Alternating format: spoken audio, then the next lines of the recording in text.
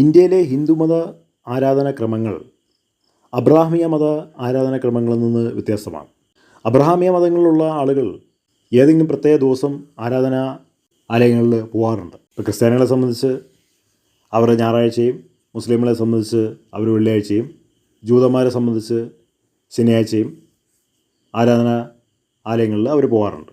അപ്പോൾ ഈ ആരാധനാ ആലയങ്ങളിൽ പോകുന്നത് സ്ഥിരമായ ഒരു ജീവിത രീതിയായിട്ട് മാറ്റിയിട്ടുള്ളവർ എല്ലാ ആഴ്ചയും പരസ്പരം കാണുകയും സംസാരിക്കുകയും കുശലങ്ങൾ പറയാനും അവരുടെ വിഷയങ്ങൾ ചർച്ച ചെയ്യാനും ഉപയോഗിക്കാൻ അവർക്കൊരു അവസരമുണ്ട്. എന്നാൽ ഹിന്ദുക്കൾക്ക് അങ്ങനെയില്ല. അവർക്കതിനെ എല്ലാ ആഴ്ചയും പരസ്പരം കാണുന്ന ഒരു സാഹചര്യം അവർക്കില്ല. പക്ഷേ ഉത്സവങ്ങൾ വരുമ്പോൾ അവർ അത് നന്നായി ആഘോഷിക്കും. അതാണ് വേലകളും പൂരങ്ങളും. അത് വളരെയധികം കെങ്കേമമായിട്ടുള്ള ആഘോഷമാണ്. കാരണം ആ സമയത്ത് അവരുടെ ബന്ധുമിത്രാദികളൊക്കെ വീട്ടിൽ വരും, കൂട്ടുകാർ വീട്ടിൽ വരും, ഭക്ഷണ വിഭവങ്ങൾ പല രീതിയിലുണ്ടാവും. അങ്ങനെ അവർ ആ ഉത്സവം അങ്ങ് ആഘോഷിക്കും. അതൊരു ക്ഷേത്രത്തിനോടുള്ള ബന്ധത്തിലുള്ള ഉത്സവങ്ങളായിരിക്കും അധികവും അരങ്ങേറുന്നത്. അതൊരു പ്രത്യേക ഒരു അനുഭൂതിയാണ്. വേലകൾ നടക്കുന്ന സമയത്ത് ധാരാളം വഴിയോര കച്ചവടക്കാർ വന്നിട്ട് അവരുടെ ചരക്കുകൾ പ്രദർശിപ്പിക്കാറുണ്ട്. ഇപ്പോൾ നമ്മൾ ഒരു വേലയുള്ള ബന്ധത്തിൽ കാണുന്ന കച്ചവടക്കാരുടെ ചരക്ക് പ്രദർശനമാണ്.